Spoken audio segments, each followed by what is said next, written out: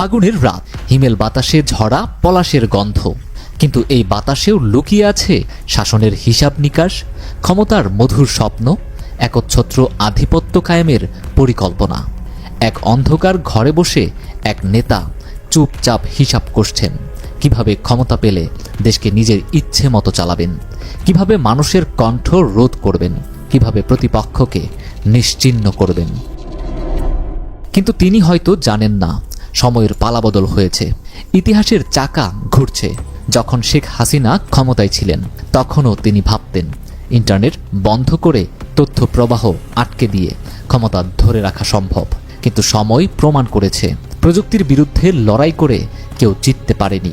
আজকের বিশ্বে ক্ষমতা মানেই তথ্যের প্রবাহ, জনগণের সংযোগ এবং একটি অদৃশ্য শক্তি যা সরকার ভাঙতে পারে, করতেও পারে।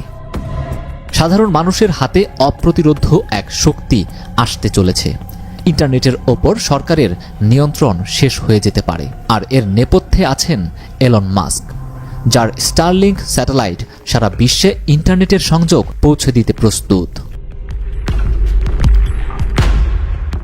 13 ফেব্রুয়ারি এক বৈঠকে ব্যস্ত ছিলেন এক বুদ্ধিদীপ্ত মানুষ, প্রফেসর মোহাম্মদ ইউনুস। তিনি একাই একটি ইতিহাস। তিনি জানেন নতুন যুগে ক্ষমতা মানে জনগণের হাতে তথ্য প্রবাহের নিয়ন্ত্রণ দেওয়া। সেই কারণে বিশ্বের সবচেয়ে প্রভাবশালী প্রযুক্তিবিদ ইলন মাস্কের সঙ্গে গোপনে ভার্চুয়াল বৈঠক করেছেন তিনি। আলোচনার কেন্দ্রবিন্দু স্টারলিংকের স্যাটেলাইট ইন্টারনেট বাংলাদেশে আনার সম্ভাবনা, এমন এক প্রযুক্তি যা কোনো সরকার বন্ধ করতে পারবে না।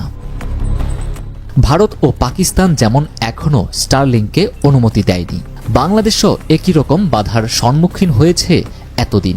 তবে ইউনুস খেলা বদলে দিয়েছেন। ইলন মাস্ককে বাংলাদেশে স্টারলিংক চালুর আমন্ত্রণ জানিয়ে হয়তো অনাগত সময়ের কোনো স্বৈরাচার সরকারের মেরুদণ্ড ভেঙে দিয়েছেন খুব ঠান্ডা মাথায়। একটি সরকার টিকে থাকে তার তথ্য নিয়ন্ত্রণের ক্ষমতার ওপর। ইন্টারনেট বন্ধ করে, সংবাদ মাধ্যম নিয়ন্ত্রণ করে, মত প্রকাশের স্বাধীনতা দমন করে। কিন্তু স্টারলিংক থাকলে সেই সুযোগ থাকবে না। ভবিষ্যতে ক্ষমতায় আসা কোনো দল ইন্টারনেট বন্ধ করে জনগণের কণ্ঠ রোধ করতে পারবে না। সামাজিক যোগাযোগ মাধ্যম সরকার বিরোধী আন্দোলনের কেন্দ্রে পরিণত হবে। বাংলাদেশে স্বৈরাচারের ভবিষ্যৎ শেষ হয়ে যেতে পারে। বাংলাদেশ সহ অনেক দেশেই সরকার ইন্টারনেট বন্ধ করে রাজনৈতিক সংকট মোকাবেলা করেছে। 2024 সালের অস্থির সময়েও একই চিত্র দেখা গেছে। যখন পরিস্থিতি উত্তপ্ত হয়ে উঠছিল তখন সরকার ইন্টারনেট সেবা সীমিত করে, মোবাইল নেটওয়ার্ক বন্ধ করে, ভিপিএন এর ওপর নিষেধাজ্ঞা দেয়। কিন্তু স্টারলিংকের ইন্টারনেট এলে সরকারের আর সেই ক্ষমতা থাকবে না। স্টারলিংক সরাসরি স্যাটেলাইট থেকে ব্যবহারকারীর ডিভাইসে ইন্টারনেট পৌঁছে দেবে, যা কোনো টেলিকম কোম্পানির মাধ্যমে নিয়ন্ত্রিত হয় না। ফলে সরকার ইচ্ছে করলেই এটি বন্ধ করতে পারবে না। রাজনৈতিক বিশ্লেষকরা বলছেন এই প্রযুক্তি থাকলে 2024 এর 5ই আগস্টের আগেই হাসিনার পতন হতে পারত। কারণ সরকার ইন্টারনেট বন্ধ করে যেই আন্দোলন দমিয়ে রেখেছিল সেটি স্টারলিংক থাকলে সম্ভব হতো না।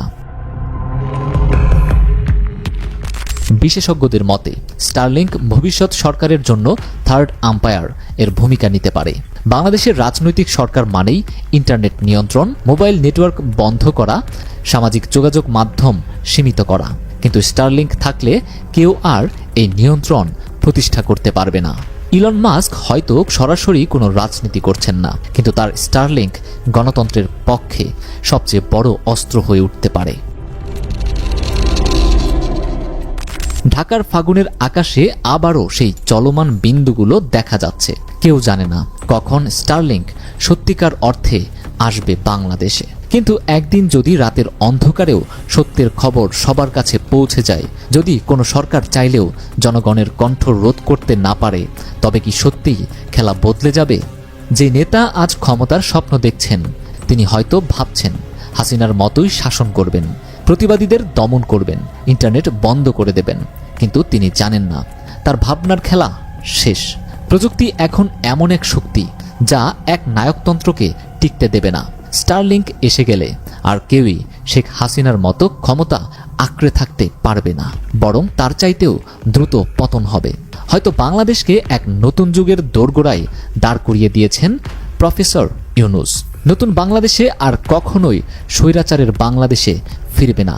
গোপন পাসওয়ার্ডের নাম স্টারলিংক।